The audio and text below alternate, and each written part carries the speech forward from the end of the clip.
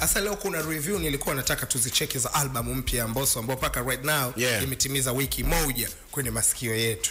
Lakini kabla tujaenda kwenye review za album ya Mbosso, tuanze kwanza kwenye review ya album ya Sauti Sol ambayo ile inaitwa Midnight Train. Ambayo ilitoka mwaka 2020. Ngoma 2020 imetoka 2020 ambayo inaitwa Midnight Train. Sasa tuangalie kwanza mafanikio yake katika hii miaka mitano. Mkali sana. Alafu turudi kwenye Mbosso tuone na yeye katika mafanikio ya wiki moja kwenye hii EP yake. Kwenye hii EP yake ya Room number 3. Yes, tukija kwenye streamings kuhusiana na album ya Sauti Sol kwa hichi kipindi chote kwenye Spotify ina milioni 36 kwa miaka mitano hiyo. Na katika nchi zilizoongoza kwa streamings ni Kenya, Marekani, Uingereza, Tanzania, Canada na Nigeria. You see that? Hizo ndo sehemu ambazo wamesikiliza sana ile album ya Midnight. Humo ndo kuna wimbo wa nani ule? Eti unaitwa nini ule? Ngoja kwanza nishushe review vizuri. Tukija kwa wasikilizaji, asilimia 63 ya wasikilizaji wa ile album ni vijana wa miaka 18 mpaka 28 mpaka 24. Okay. Kwa moja hao ni Gen Z.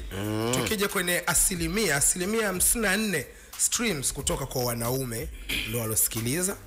Zile streams asilimia 54 ni wanaume, na streams zilipanda asilimia 21 Kenya baada ya tangazo la mapumziko 2023. Okay.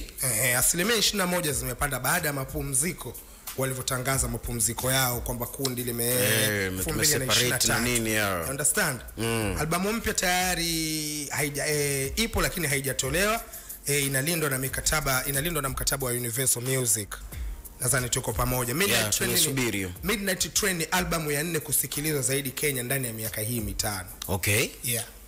Hiyo Sauti Sol wametisha, lakini sasa tukija kwa wakwetu, hii tunafanya ni review ya wiki moja, tuna milioni 5.43.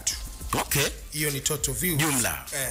Ambayo Power ina milioni 1, Nusu Saa ina 805, Tena ina 396, Merija ina 500 bora kabisa hiyo. Ina Merija ina 555, Siko Singo ina 551, Aviola ina 652, kiboko kabisa hiyo. Asumani ina 569.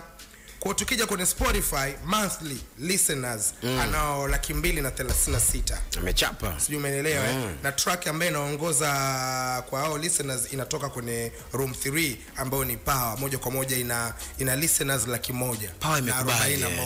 Power imekubali na. Sijui umeelewa. YouTube tu tukiweka hiyo EP nzima ngoma zote amepiga viewers jumla milioni 543. Tukija kwenye Spotify amepiga 236.